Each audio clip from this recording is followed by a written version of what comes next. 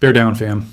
Max Crosby and his $106 million deal are back on the table in Chicago, and ESPN's Adam Schefter already backed the connection. In a minute, I'll tell you why this blows up in October, not August.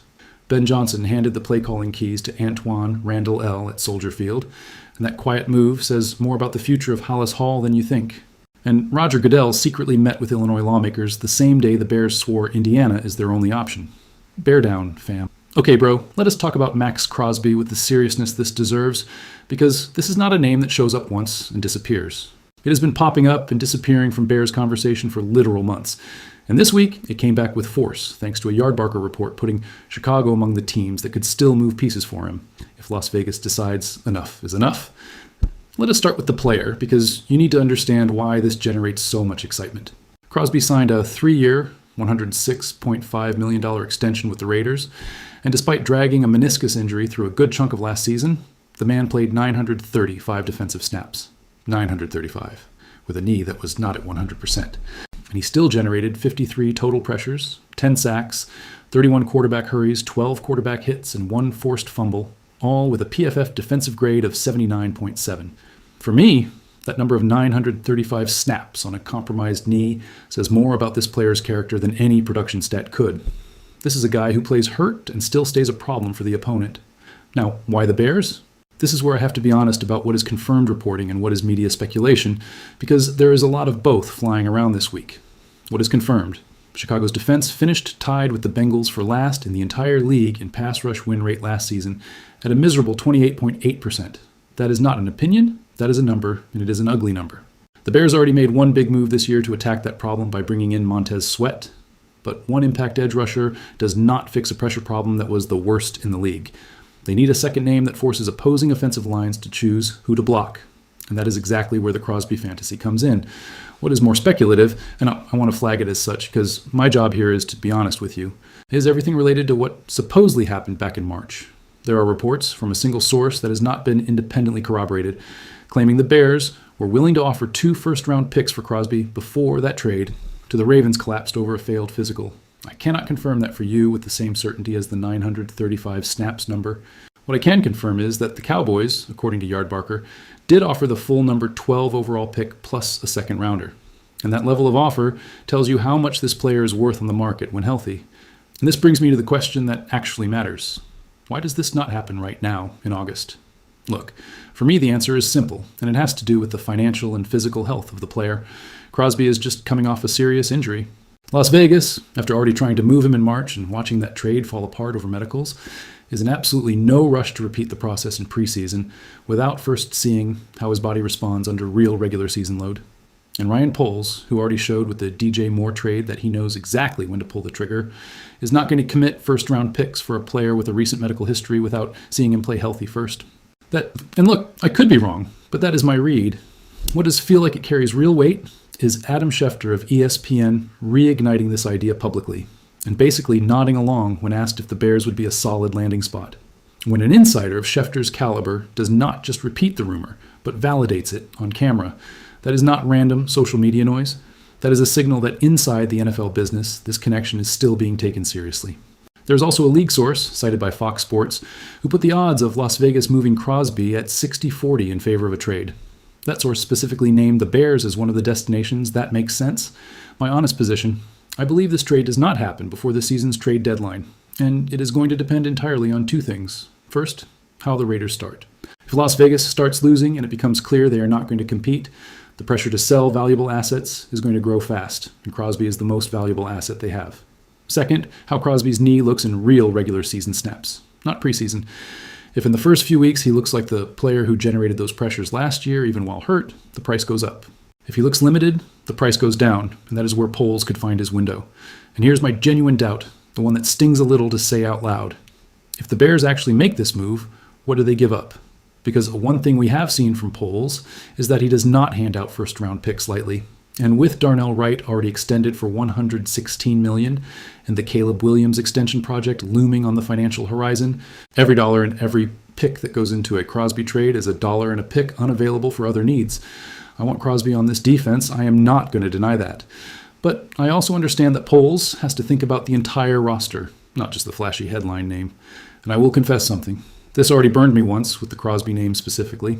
When the rumor exploded back in March before that failed Ravens trade, I had already mentally built the 2026 defensive line with him in it, and then I watched the physical tank the whole thing in a matter of hours. So this time, honestly, I'm guarding myself against getting too excited again until I see pen on paper. I could be wrong, and it actually happens this time, but my excitement is wearing a helmet. That tension between what the fan heart wants and what the GM has to evaluate is exactly the conversation I want us having in the comments. Okay, complete tone shift, because this one already happened, we already saw it on the field, and for me it was the most significant story of the entire weekend, even though almost nobody is treating it that way. On Saturday, the Bears played their first preseason game at Soldier Field against the Cleveland Browns. Caleb Williams did not play. Ben Johnson had already confirmed beforehand that his starters would stay on the bench. And even so, Chicago won 34-10, coming back from a 10-0 deficit with a 24-0 explosion in the second half. That 24-0 number in the second half is not filler, fam. It is the central stat of this entire story, because it explains exactly why what I'm about to tell you matters so much. Ben Johnson made a decision in the second half. He handed off offensive play calling to Antoine Randall L., the team's wide receivers coach. And listen, in modern football, this is not a casual gesture. Play calling is literally the most valuable asset a head coach who is also his own offensive coordinator has. It is his competitive edge, his fingerprint on every single game. Handing it off, even in preseason, is a massive statement of trust. What makes this even more interesting is that this is not the first time Johnson has done this. Last year, he gave that same opportunity to Declan Doyle. And what happened with Doyle? He became the Bears' offensive coordinator, and now, 1 year later, he is the offensive play caller for the Baltimore Ravens, working directly with two-time MVP Lamar Jackson. That is not a minor coincidence. That is a pattern, and I will say it straight. This is my favorite thing about Ben Johnson that has nothing to do with X's and O's. He is deliberately spending his own preseason play calling equity to launch his assistants up the NFL coaching ladder. And Johnson's words after the game were, for me, the most revealing part of this entire story. He said directly that he believes Randall L. has a chance to be an offensive coordinator in this league, and a chance to be a head coach in this league, and that he does not know if he is getting that type of credit around the rest of the NFL right now. Listen to how Johnson framed it. He said sometimes, when you get put into a certain type of coaching position, you get labeled as one thing forever. Randall L. has been a wide receivers coach, and in the NFL hiring world, it is usually quarterbacks coaches who climb fast toward coordinator and head coach jobs. Johnson is basically saying, in public, that system is unfair, and that he is going to use his platform to correct it with his own staff.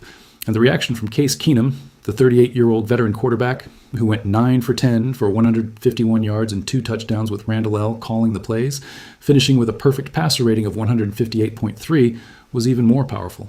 Keenum said he knows Randall L. is going to be a head coach someday, that his leadership in front of the team is top-notch, some of the best he has ever been around, and that there is no coach speak to him, that everything he says is real because he has already lived through everything he is teaching. That, coming from a veteran quarterback with over a decade in the league who has played in half a dozen different systems, is a resume recommendation in every sense of the word.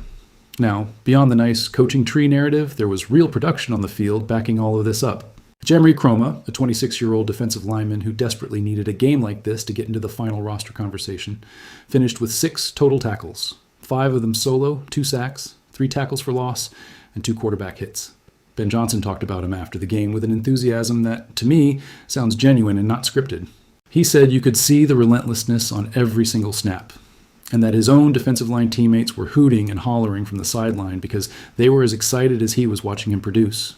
With how messy this team's edge rusher situation is, I would not be surprised at all if Croma ends up earning a spot in the regular season rotation off this performance alone. There was also an offensive signal I liked.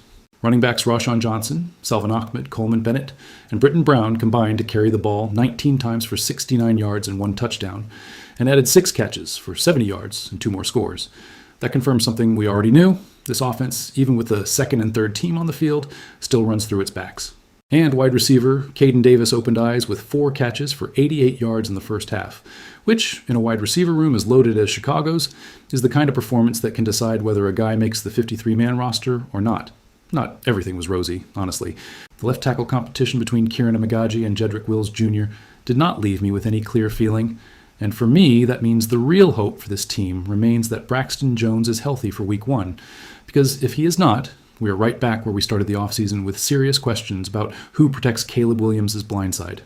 There was also a note of medical caution that, personally, worries me more than it probably should for a single preseason Game 1. New safety. Xavier Woods, signed just 8 days earlier to compete for the job Kobe Bryant's surgery left open, left with a groin injury and never came back. Ben Johnson gave no timeline, and he was not the only one. Linebacker Nefi Sewell ended up in the concussion protocol. Ruben Hippolyte II left with a shoulder issue. And tight end Nikola Kalinic did not finish the game because of his knee. Look, I understand this is preseason and bodies bang into each other, but when the safety position was already banged up from Bryant's injury, watching his direct replacement walk off the field in his first game wearing the jersey gives me an anxiety I'm not going to pretend I do not feel. We will be watching this closely over the coming days before drawing any final conclusions. But if you ask me what the real headline of this game is, it is not the score. It is that Ben Johnson is actively and publicly building a coaching tree inside Hollis Hall. And that, long-term, is worth just as much to me as any trade during the trade window. And to close things out, something I cannot let pass without the criticism it deserves, because for me this is one of the most flagrant contradictions of this entire stadium process. On Thursday, August 13th, the same day, listen closely, the same day Bears president and CEO Kevin Warren publicly declared the franchise's exclusive focus is building in Hammond, Indiana, NFL Commissioner Roger Goodell privately met with a select group of Illinois lawmakers. I'm not the only one saying this. It was reported by Politico's Shia Kapos and then picked up by NBC Sports, the Chicago Sun-Times, and ESPN. Multiple sources confirming the same fact on the same day. Now, think about this with me for a second, because the logic does not add up if we take the Bears' statement at face value. If the focus really is exclusively Indiana, why does the league commissioner feel the need to privately meet with Illinois lawmakers to try to save an option that, according to the Bears themselves, is no longer on the table? The most honest answer, and this is my personal read, is that Hammond is the negotiating lever, not the decided final destination.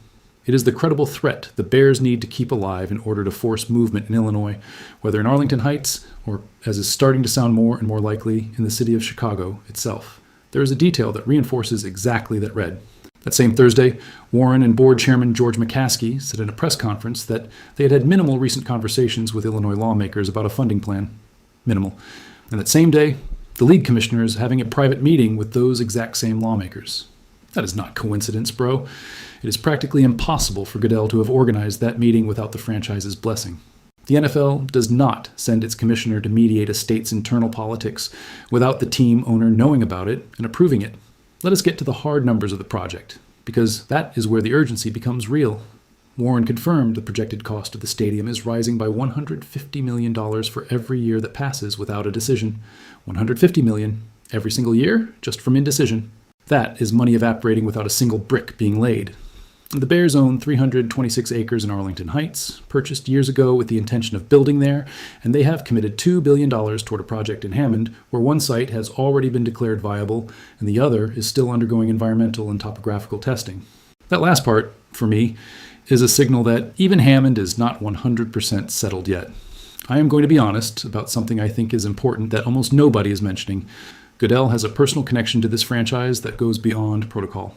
His wife, Jane, grew up a Bears fan and attended high school in Lake Forest near Chicago.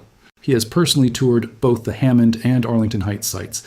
And back in March, he had already said publicly that it is really important that they reach a resolution relatively soon. I'm not saying that determines the business decision. It would be naive to think that. But I do think it explains why the commissioner is getting involved so directly and so unusually in the negotiation of one individual team's stadium. And this connects directly to something Mike Florio of Pro Football Talk said, speculating there is a real possibility the Bears end up finding a middle ground and staying in the city of Chicago itself. Illinois Governor J.B. Pritzker already mentioned both Arlington Heights and Chicago as viable options when discussing the feasibility of the team staying in the state. For me, that is the real crack in the sole focus Hammond narrative. If the state governor keeps naming alternative options, and the league commissioner keeps privately meeting with lawmakers, Illinois' door is not nearly as closed as the Bears want us to believe. My position, to be clear, I do not think this gets resolved in the next few weeks, and I think this entire public theater of exclusive focus on Indiana is, at its core, a negotiating strategy as old as real estate itself. You threaten to leave so the party that wants to keep you improves the offer. And I am going to be blunt with you about how this makes me feel as a fan. It exhausts me.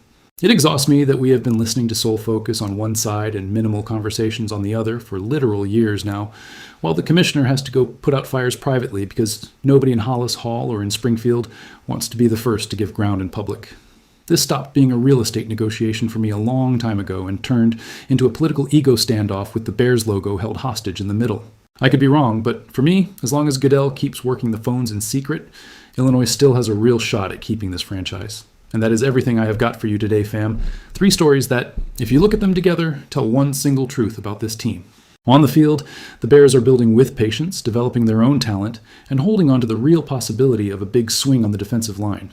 While off the field, the direction of where they will actually play in the future remains a political poker game that not even the league commissioner himself can quietly settle. Ben Johnson is building a coaching culture. Ryan Poles is waiting for the right moment to pull the trigger on Crosby, if it ever comes. And Kevin Warren keeps playing his Indiana card while Goodell works the phones behind the scenes. This franchise has 91 years of history, and none of these 3 conversations get resolved this week. But all 3 are going to keep moving, and I am going to be right here, episode after episode, telling you exactly what I know and being honest with you about what is still just a rumor. Bear down, always. If this video gave you something, drop the like, subscribe, and tell me down in the comments. Would you trade first-round picks for Max Crosby right now, or would you wait to see how his knee responds in the regular season? I want to read every single answer. See you in the next one.